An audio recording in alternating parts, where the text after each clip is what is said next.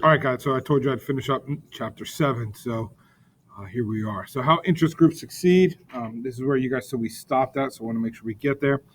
Some interest groups are getting better, are better at getting what others. It's really, some are better at getting what they want than others, and there's reasons for that. There's many factors that go into it. Their organizational resources, who's in charge of this interest group, what is the organizational environment, meaning is the environment outside conducive to what they want? Change wise, is the environment inside the organization conducive to doing what's necessary to make sure that these things change? There's a lot going on as far as making sure that the group itself overall is happy and flowing. And remember, the larger the group, the harder it is to make everyone keep their interest. So that is a big deal.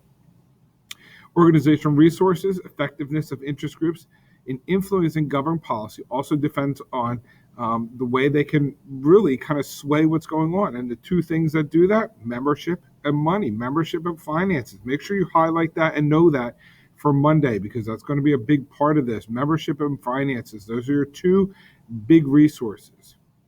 How does it affect success? How does membership really influence what's going on? So large membership enhances an interest groups to influence because policymakers want that vote, right? They're going to be interested in what they have to say because of the large, massive votes that they can get. Cohesion of a group also matters to participants and to policymakers. Reason, all right, if they're split, then you don't have such a good following. Meaning, let's just say, you have the left Twix and the right Twix, right? Two separate ideas. They're both trying to make Twix, right?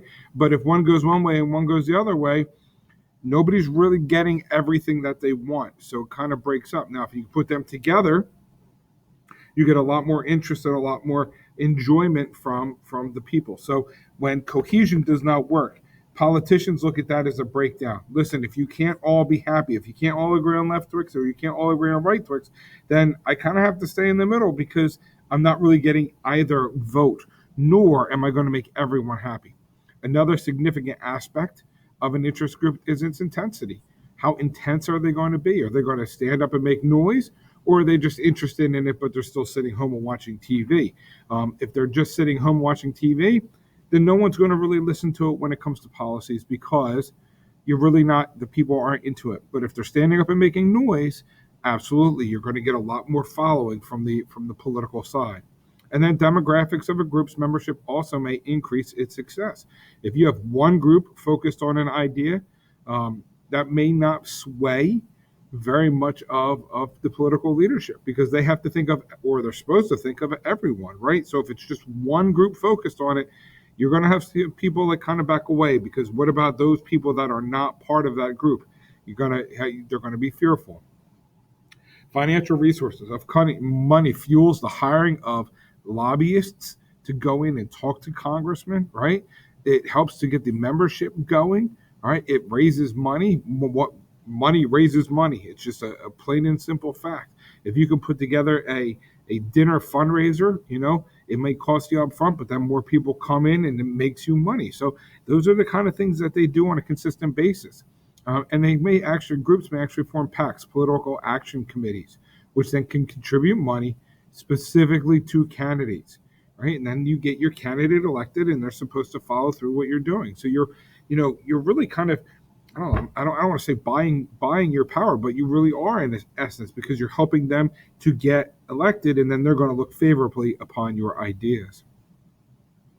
All right, the organizational environment. You have leadership, all right, which can raise public awareness of the group.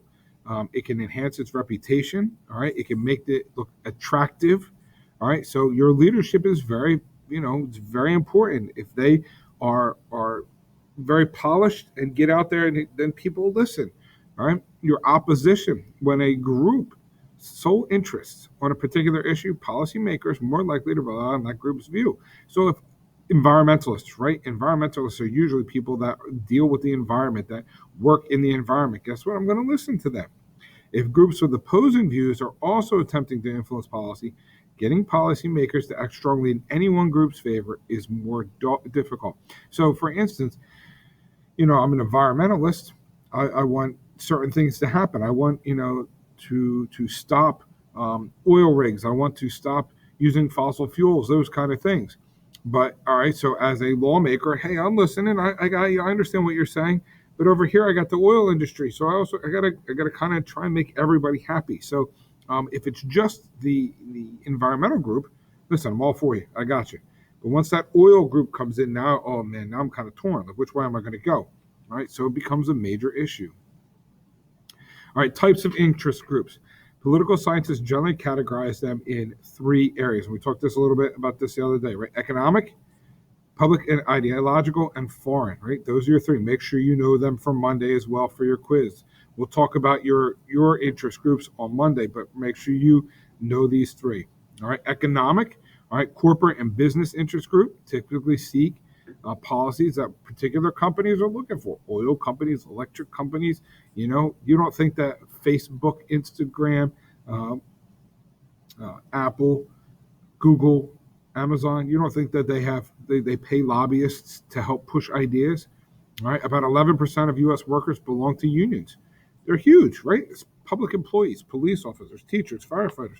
They're all part of unions, or most of them are part of unions, right? That's a big part of it. So those are political action groups. They're interest groups, right? They get involved in what is going on. Economic can also be agricultural, right? Agricultural interests are huge. If you've been following the news, and I think we kind of talked about this the other day, that India is having a huge agricultural population issue right now, and they're really trying to push. So that's an agricultural interest group. Nearly every professional occupation has some kind of interest group that it is involved in. All right, political and ideological, right? Public interest groups are concerned with a broad range of issues that affect the populace at large. So results of the efforts of a particular public interest group are called collective goods, right? Because the idea is that we're all going to benefit from it. If one group wins, then we all benefit. Except there are free rider programs, right? Someone enjoying a benefit without any effort. So if you are, an individual, I'll stick with environmentalism, excuse me. If you're an environmentalist, right, and you're out there every day pushing and forcing lobbyists to act, and we're going to save a forest, we're going to save trees, right? Me, I'm over here, I'm breathing. Guess what? Trees make oxygen. I'm benefiting. I didn't do anything for it, but I'm benefiting, right? So it's a free rider problem, so that the society at large gains, but it's few people doing the work, and that's called the free rider problem. The rational choice theory. Why act if you can ride for free? Listen, somebody's going to solve these environmental problems. I got other things to do, right? Why get once they solve them, all will be good. I'm just right here. So it's the rational choice theory, right? I'd rather do something else. It's all good. All right, so you have consumer interests, Ralph Nader. All right, numerous organizations to promote the rights of consumers. You have environmental interests. Many environmental interest groups came about as a result of broader environmental movements. All right, religious interests, that was pulled up one the other day. Religious influence are some of the most influential groups in the U.S. Then we have foreign policies, and foreign governments often will benefit from the efforts of an interest group made up of U.S. citizens of the foreign nation's heritage. So, for instance, I told you about the student who went up to New York, and they were protesting for India, right?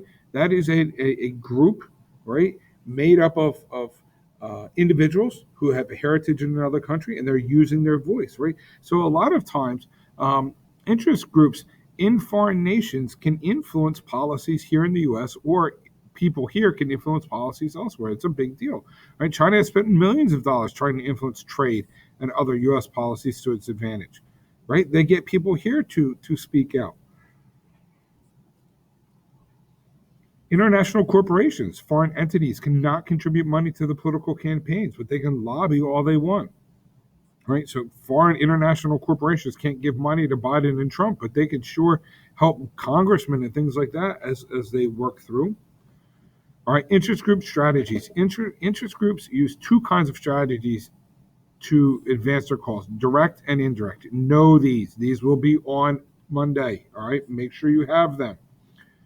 Direct involve actual contact between representatives and policymakers, right? So this would be where a representative of your interest group physically goes down to maybe DC and sits down with a congressman and has a discussion. Indirect, you use intermediaries to advocate for a cause or generally to attempt to persuade the public, including policymakers, to embrace the group's position. So here we go. You can hold a rally. You can hire an in-between group to go and talk to you. With the rally, you can get public to come out and speak, and then therefore policymakers listen, right? So isn't where the head of the interest group, like the indirect strategies, the head of the interest group was physically go in and talk to a congressman. This is how else can we do it? Let's do a protest. Let's do a march. Let's do other things, sit-ins and walk-ins and walkouts, those kind of things to persuade policymakers. All right, direct strategies. All right, groups often opt for the direct strategy. It's simpler, right? Lobbying, litigation, providing information. All right, going straight in and saying this is what we want. That's much easier. All right, lobbying is the idea that you communicate directly with policymakers. All right, so you can hire a lobbyist. That's a job down in DC, and they will hire you to go in and speak and try and convince the lawmaker of things that they should be doing, right? Groups hire knowledgeable insiders as lobbyists. A lot of time, former government officials are in there, right? Former congressmen and those kind of people get in there. They know the network. They know what's going on. They know who to talk to. They know who holds what position. And then they can go in and they can get the job done much easier. If you and I went down there to try and figure it out, we would never even be talked to, right? But this is a way that they get down there. Interest groups' efficacy often depends on its having close relationships with the policymakers involved in decisions related to the group's causes. All right, so if you are an environmentalist and you want something done, well, you better figure out what people are on the environmental boards. How are you going to get to know them? How are you going to talk to them? You might have to sit down and buy them dinner and communicate. Right? You better get to know them because they're going to be the ones making decisions. All right. Now, we talked about an iron triangle before. It comes back into play here, the iron triangle, the interaction of mutual interests among Congress members, executive agencies, and organized interest groups, right? So again, it's making a triangle, all right? Congress makes the decisions. The executive agencies help connect the interest groups, right? So it becomes a triangle, right? And Congress passes things onto, policies that the interest group is happy with. So interest group comes up with an idea, right? Hires an executive agency. The executive agency talks to Congress. Congress passes a bill that the interest groups like. It makes a nice, simple, right, idea, right? Electoral support. The interest groups give support. Congress gives funding and political support to the bureaucracy, which is down here, and then they do favorable things. So it works together. It's that triangle of working together. Sometimes interest groups challenge a policy in the courts. Citizens United versus FEC. There are several benefits to using litigation, which is basically suing or going to court, ensuring new laws are constitutional, shaping future policy, encouraging enforcement by executive agencies. All right, making sure it's on the books is a big way to ensure that, hey, as the future goes on, as things go on, we want to make sure that, we pass these laws. We want to make sure that we put in all these laws so that we know that later generations, when they look back, it's going to be done in the same way. If you don't have the laws, if you don't have it set in stone, it really can become a major issue for some of these people, for future generations. So we want to make sure that we shape that policy correctly. All right, interest groups are one of the chief sources of information.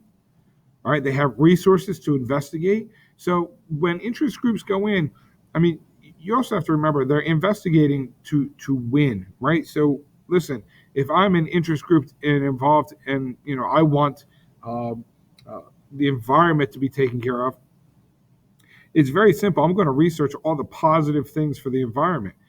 I'm not going to look up what, clean energy ideas for the oil company, right? Because I want to win. I don't want them to win. So you have to remember that these interest groups politicians have people coming at them from all sides on all sorts of different things. So that becomes a huge problem or issue for everybody in this situation. Because who do you know who to listen to, why to listen to, what's going on? All right. Indirect strategies. Interest groups deploy citizens as grassroots lobbyists. They engage in electioneering in an attempt to persuade the public that their position is right. Indirect tactics are likely to be ongoing rather than targeted as a specific piece of legislation. The environmental groups have been working for many years, right? This isn't a one and done thing. This is over time, a long period of time. Excuse me. And because of that, you get slow, good progress, right? When it's a one and done kind of thing, boom, I'm in. I'm gonna make my speech. I'm gonna do my thing, and then people tend to forget about it. You're a dying movement. Things need to be a continuous movement. Public outreach. Interest groups work hard to make the public, government officials, and others aware of what is going on, right? Educate, encourage civil disclosure, which could be peaceful protests. Use climate control, right? I don't mean a little thermostat in your house, right?